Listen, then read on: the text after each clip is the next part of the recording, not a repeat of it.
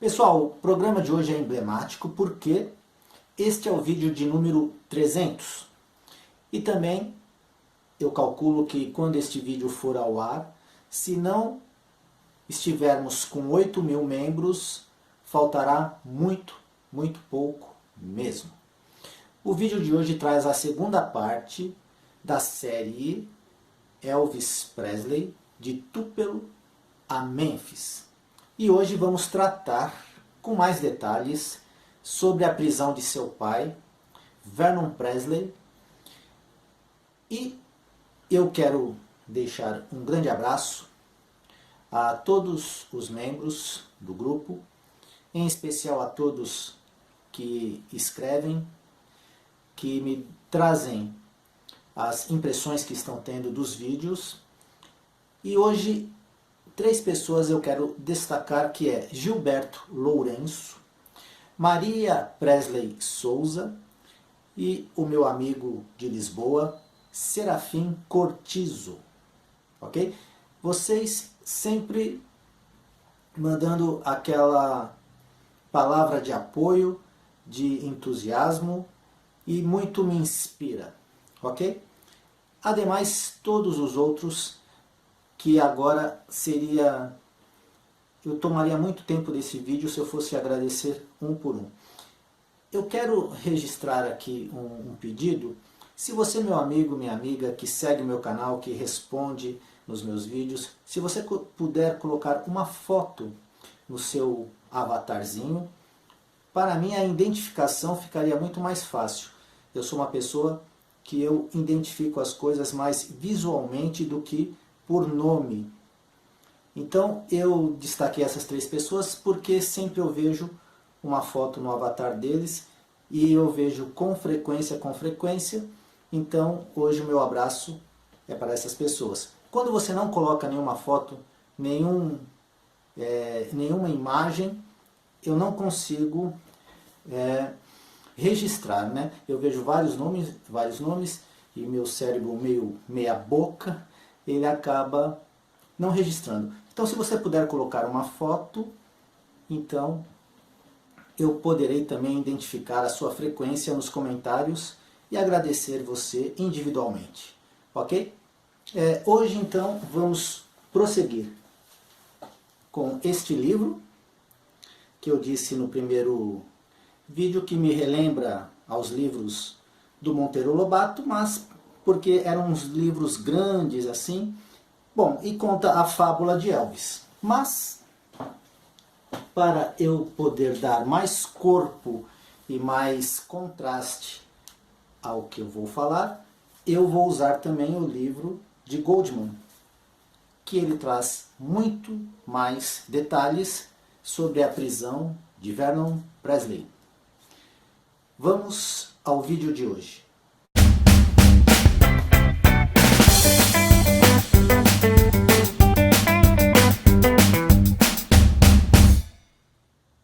Então, meus amigos, seguindo o texto, seguindo a saga dos Presley, você deve ter assistido o vídeo de número 299, que é a parte 1. Então agora eu dou sequência. Elvis Presley, de Tupelo a Memphis. Gladys começou a trabalhar na Tupelo Garment Factory antes de seu casamento e continuou trabalhando lá até que sua gravidez se tornou problemática. Quando Elvis tinha alguns meses de idade, ela saiu para colher algodão, carregando seu bebê em uma saca enquanto percorria as fileiras. Depois que Vernon foi mandado para a prisão, Bean colocou Gladys e Elvis para fora da casa. Eles foram morar com os pais de Vernon e Gladys lavava roupa para fora e trabalhou como costureira para sustentar Elvis. Então, pessoal, Orville Bean era o empregador de Vernon Presley. Ele havia financiado a choupana, né, a casa espingarda, mas quando, vamos ver a seguir com mais detalhes, Vernon Presley adultera um cheque dado por seu patrão e isso o leva à prisão. Orville aproveita para colocar mãe e filho para fora de casa, já que essa casa era financiada pelo patrão de Vernon e ele teria que estar trabalhando para ser descontado o valor financiado, ok? Então, vamos seguindo. Há muitas versões da história da infância de Elvis, mas todos concordam que Gladys e Elvis eram incomumente próximos. Os biógrafos entrevistaram muitas pessoas que informaram que Gladys não queria deixar seu filho sob os cuidados de ninguém, hora alguma. Ela parece ter sido super protetora e até defenderia Elvis com uma vassoura se o menino mais velho tentasse pegá-lo.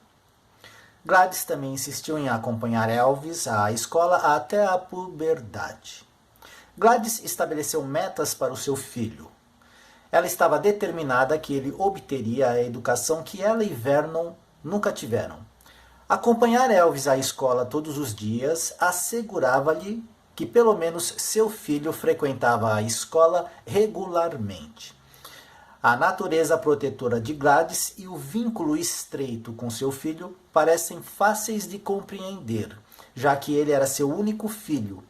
Jesse Garrow morreu no nascimento e, mais tarde, Gladys sofreu pelo menos um aborto espontâneo.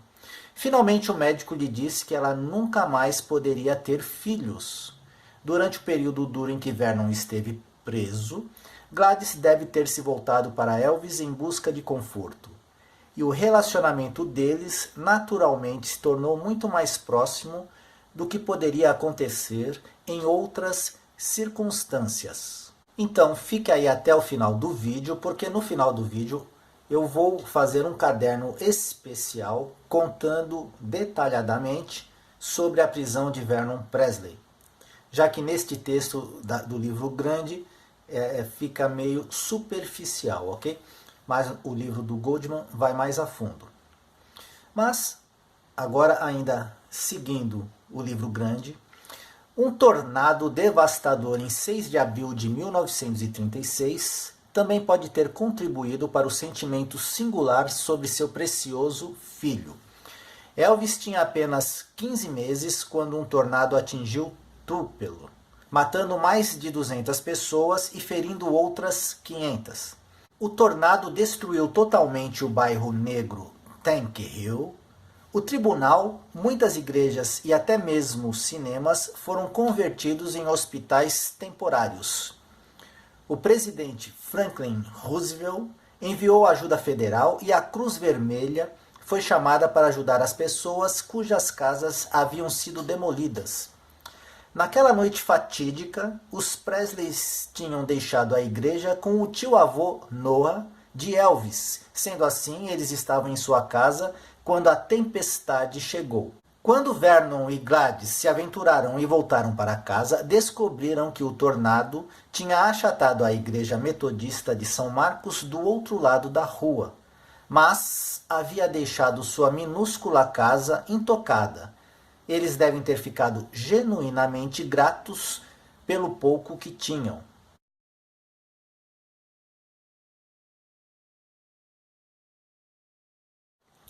Durante a depressão, as pessoas em Tupelo, bem como em todo o lugar, contavam com a ajuda da família e dos vizinhos em tempos de extrema dificuldade econômica.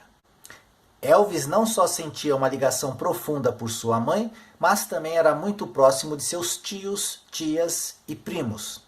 Depois, quando alcançou o sucesso, ele cuidava de muitos deles financeiramente, do mesmo modo como alguns deles cuidaram de Gladys e dele. Os Presleys pertenciam à Primeira Assembleia de Deus, uma igreja pentecostal que acredita na cura pela fé e no batismo, conferindo o dom de falar em línguas. Muitos biógrafos atribuem o estilo extravagante do ato de Elvis à influência dessa igreja emocionalmente expressiva. Embora a conexão possa ser um tanto quanto exagerada, Elvis se referia frequentemente cantando nesta pequena igreja junto a uma congregação de aproximadamente 25 pessoas.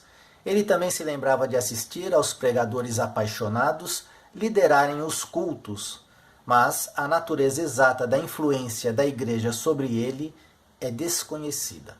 Ninguém falou que qualquer um dos Presleys experimentou uma conversão religiosa dramática, embora mais tarde em sua vida, Vernon veio a ser um diácono na igreja. Bem, pessoal, agora eu vou trazer a parte do livro de Goldman que entra em mais detalhes sobre esse período conturbado onde Vernon Presley sofreu bastante preso. Vernon Travis Smith, o irmão de 23 anos de Gladys, e um certo Luther Gable foram acusados de adulterar um cheque de Orville Bean, que era o empregador de Vernon. Vernon vendeu um porco ao seu patrão por $4 e foi pago em cheque. Então, Vernon e seus amigos conceberam a ideia maluca de alterar o valor do cheque para $40. Ninguém pôde entender por que esses jovens agiram dessa maneira ou como eles esperavam escapar das evidências. Pessoal, em duas fotos que eu vou colocar agora para vocês conhecerem o irmão da Gladys, tio de Elvis, Travis Smith.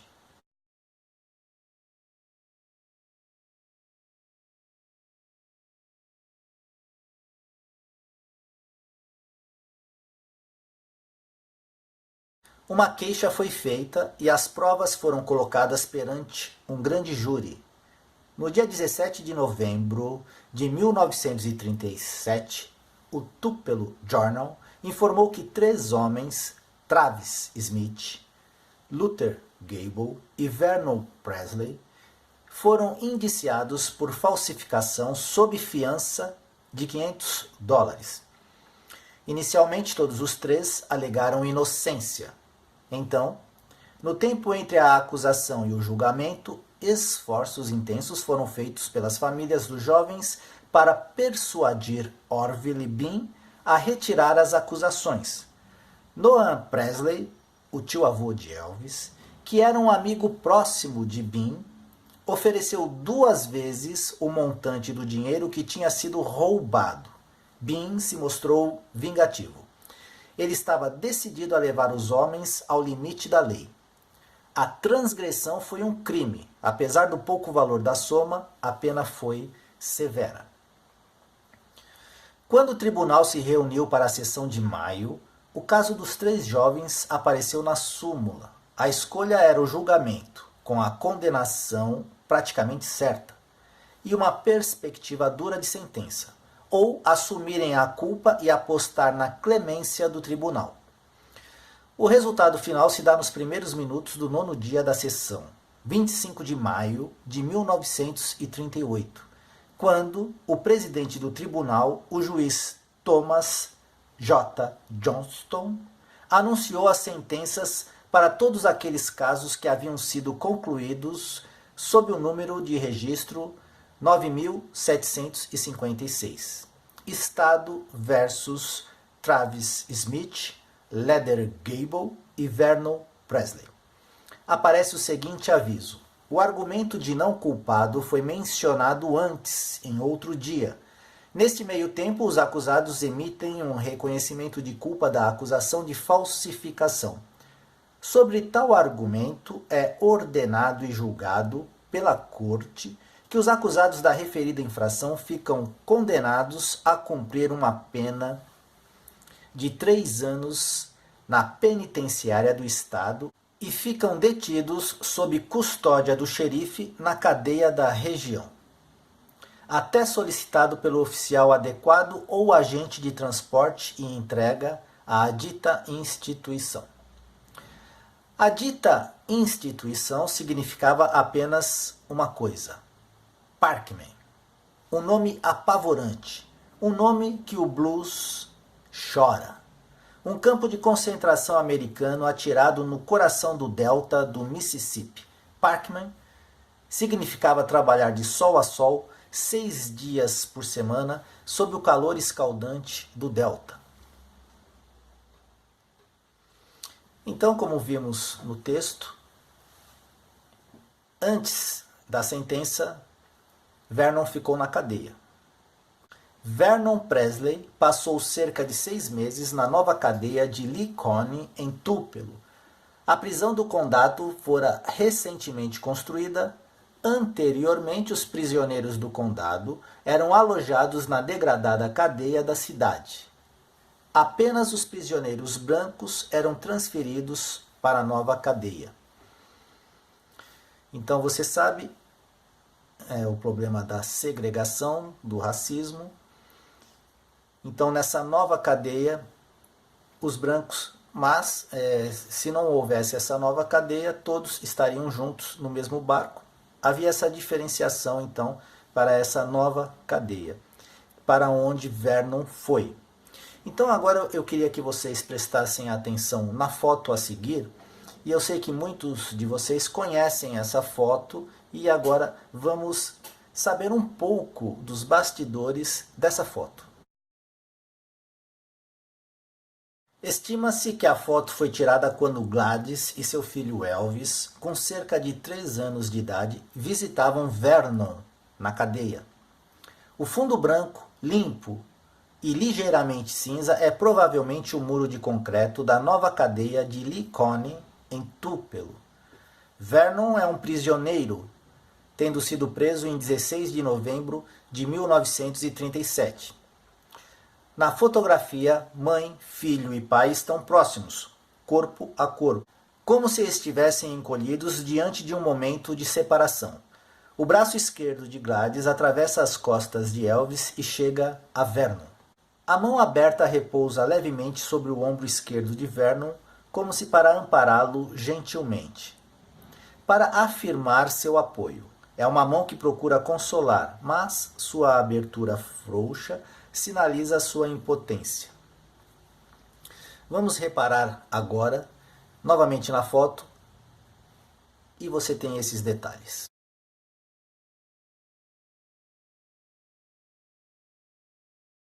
Esta é a primeira fotografia de Elvis. Provavelmente o fotógrafo era um amigo ou parente que levara Gladys e Elvis. Foi um momento decisivo na vida de Elvis, Gladys e Vernon Presley, individual e coletivamente. O próprio fato da visita, da câmera e da única fotografia preservada indica que eles entenderam que estavam em um momento crítico em suas vidas. O crime insignificante e tolo que Vernon cometeu no outono de 1937, quando tinha 21 anos de idade, Gladys 25 e Elvis menos de 3 anos, marcou profundamente suas vidas. Então, depois desse enxerto, eu vou voltar ao texto de Goldman. Parkman significava longas filas, filas de homens de pijamas listrados, azul e branco, trabalhando ao longo dos sulcos de algodão ou na fileira de homens junto às rodovias, sob a espingarda de um guarda montado em um cavalo. Parkman significava que se um homem não entregasse seus 200 quilos de algodão por dia, ou se ele fosse responsabilizado por algum outro crime, ele seria disciplinado com o Black N, um cinto de couro de 2,5 metros que era castigado nas costas do prisioneiro sob o olhar severo do oficial.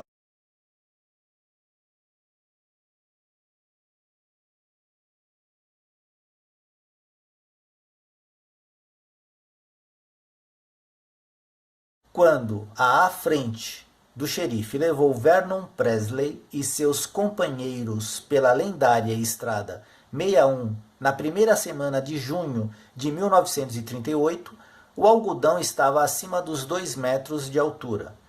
O algodão era a alma do Delta e a verdadeira razão de Parkman. O algodão exigia o tipo e a quantidade de trabalho, uma vez fornecidos por bandos de escravos africanos. Quando os escravos foram libertados, alguns velhos astutos em Jackson decidiram substituí-los por prisioneiros. Assim, Parkman tornou-se uma das maiores plantações do sul, 20 mil hectares de extensão em alguns pontos, 57 mil metros de lado a lado, Metade da terra foi plantada com algodão, a outra parte com cana, milho e todas as colheitas necessárias para o sustento de 2.000 habitantes.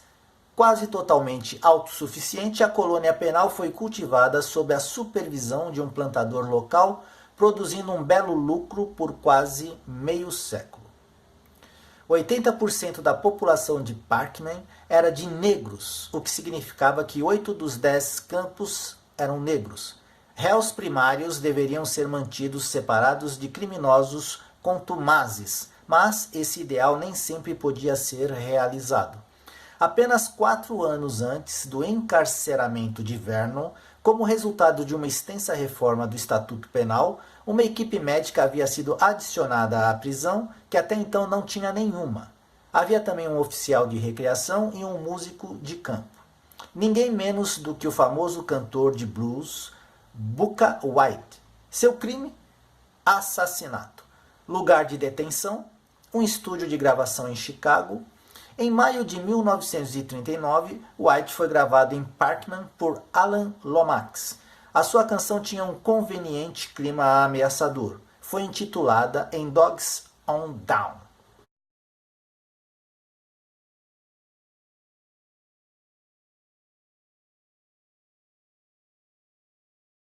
Quanto tempo Vernon trabalhou?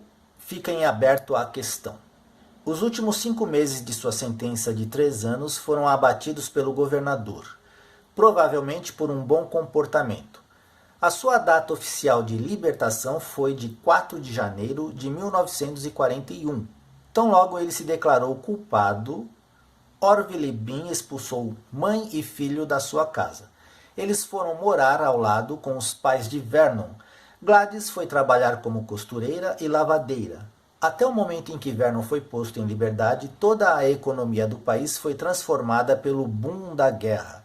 Vernon disse a um repórter de um fanzine em 1956 que passou os anos da guerra trabalhando numa instalação de defesa em Memphis, voltando para casa apenas nos finais de semana. Como um criminoso, ele foi dispensado do serviço militar. Sua ausência prolongada teve um efeito profundo sobre o desenvolvimento de Elvis. Quase sempre sozinho com sua mãe desde os 2 anos e meio de idade até os 11 anos, Elvis se tornou um típico filhinho da mamãe. Vizinhos e parentes de Presley lembram claramente os detalhes do comportamento de Gladys com Elvis. Como ela adorou a criança, como ela nunca o deixava fora de vista, como ela o acompanhava ida e volta da escola todos os dias, como ela entraria em pânico e começava a gritar caso não o encontrasse. Como ela o proibiu de nadar ou fazer algo que poderia possivelmente colocá-lo em risco. Como ela iria atacar qualquer criança que entrasse em uma briga com Elvis. Em tempo, os 6 meses em que Vernon esperou pelo julgamento na cadeia de Tupelo não foram abatidos na sua sentença. A história da prisão de Vernon só veio a público após a morte de Elvis. Pessoal, eu volto com a terceira parte desta série. Por hora, eu fico por aqui. Elvis Forever.